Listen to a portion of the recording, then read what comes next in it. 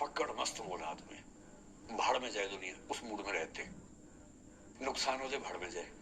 गीता का सार उन्होंने अपने मन में बिठा लिया है। उनका बड़े से बड़ा नुकसान हो जाता है तो क्या बोलते हैं, हमारा क्या था, जो लाए थे, जो लिया यहीं से लिया, जो दिया यहीं दिया, साथ लेके क्या जाना है, बात खत्म। कोई टेंशन ही नहीं उनको। और बाकी सब लोग टेंशन में कि अब क्या करें, ये हो गया वो हो गया, कैसे मैनेज करें। मेरी माँ को तनाव हो जाता था, और जब पिताजी ऐसे हो तो माँ को तनाव होगा, सीधी सी बात है।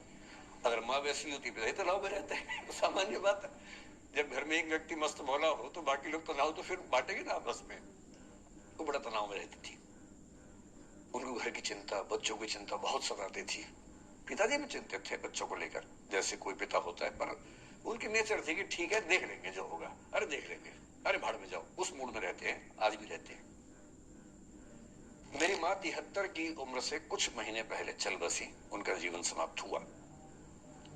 मतलब मुझे नहीं पता कि जीवन क्यों समाप्त होता है, क्योंकि बड़े बूढ़े कहते हैं कि हर व्यक्ति की सांस का इतिहास है, सांसें लिखी हुई है ईश्वर ने, उतनी सांसें मिलेगी। मुझे बहुत भरोसा इस बात में है नहीं, क्योंकि भगवान ऐसा क्यों करेगा कि जापान में सांसें ज्यादा लिखेगा और अफ्रीका में कम लिखेगा? भगवान ऐसा क्यों करेगा? और अगर सांसें पहले से लिखी हुई है तो हमारी जीवन प्रत्याशा क्यों बढ़ती जा रही है? अगर सांसें पहले से फिक्स हैं तो आजादी के समय से लेकर आज के 70 साल में जीवन प्रत्याशा लगभग 2.5-3 गुना बढ़ गई। और हम ये भी कहते हैं कि लोग खराब हैं। अगर लोग बुरे हैं तो जीवन छोटा होना चाहिए कर्मों के हिसाब से। लोग खराब हैं और जीवन बड़ा होता जा रहा है। तो मुझे उन मान्यताओं में बहुत भरोसा है नहीं कि सांसें लिखी हुई हैं। अगर सांसें लिखी होती तो मनुष्य की औसत आयु 25 साल से ऊपर नहीं होनी चाहिए थी, 25-30 मैक्सिमम। और हम 70-80 साल धूमधाम से जी रहे हैं, जिसका मतलब है कि ये भगवान से ज्यादा इंसान ने लिखा है, मेडिकल साइंस ने लिखा है, वैज्ञानिकों ने लिखा है।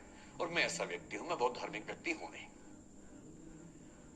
और मैं इसको छिपाता भी नहीं हूं। मैं बहुत छिप छिप के बहुत जी लिया। मैंने ठान लिया कि मैं जैसा हूं वैसा रहूंगा।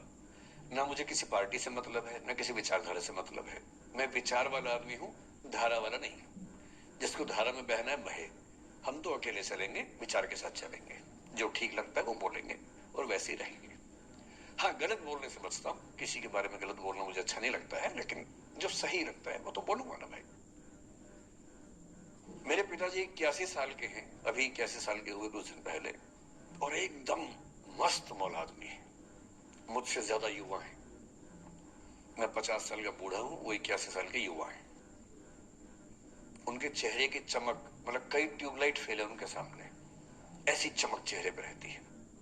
क्यों रहती है? उसकी एक वजह यह कि वो रोज सुबह 2-3 घंटे प्राणायाम, योग, ध्यान, बहुत कुछ करते हैं। उनका भोजन इतना संतुलित है, सप्ताह में कम से कम एक बार, कभी कभी महीने में 4 से ज्यादा 6-7 बार उपवास करते हैं पूरा पूरा।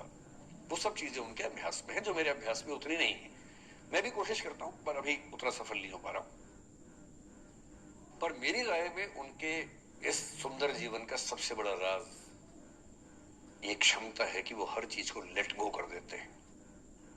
तनाव उनके पास आता है तो फिसल के निकल जाता साइड से, लेते ही नहीं तनाव किसी बात का। कुछ भी हो जाता है तनाव ही नहीं लेते। और मुझे लगता है कि काश ये चीज मेरी माँ के स्वभाव में होती, कम से कम 10 साल उनका जीवन और ज्यादा होता। और मैं अपने अनुभव से बता रहा हूं, बहुत विश्वास से बता रहा हूं। मैं ना सोने जागने में नियमित व्यक्ति हूं, ना मैं बहुत कसरत करता हूं। ठीक हूं, मतलब बुरा भी नहीं, ठीक हूं। मेरी उम्र के अधिकांश लोग बीपी, शुगर, बहुत बीमारियों से ग्रस्त हैं। मैं फिलहाल नहीं हूं। क्यों नहीं हूं? मेरे पास इसका उत्तर एक ही है, मैं लोड लेता नहीं किसी बात का, दबाव लेता नहीं, तनाव लेता नहीं। भाई अच्छा हो रहा है तो भी ठीक है। जब मैं सफल, जैसे मैं 3 साल में पिछले काफी सफल हो गया, जितना मुझे नहीं होना चाहिए था, मैं तो कैसे हो गया हूं सफल। अगर मैं सफल हो गया तो मैं इस बात का लोड भी नहीं ले रहा कि मैं सफल क्यों हो गया। अरे हो गया तो कैसे हो गया, कई लोग हो जाते हैं, हम भी हो गए, ऐसा क्या है।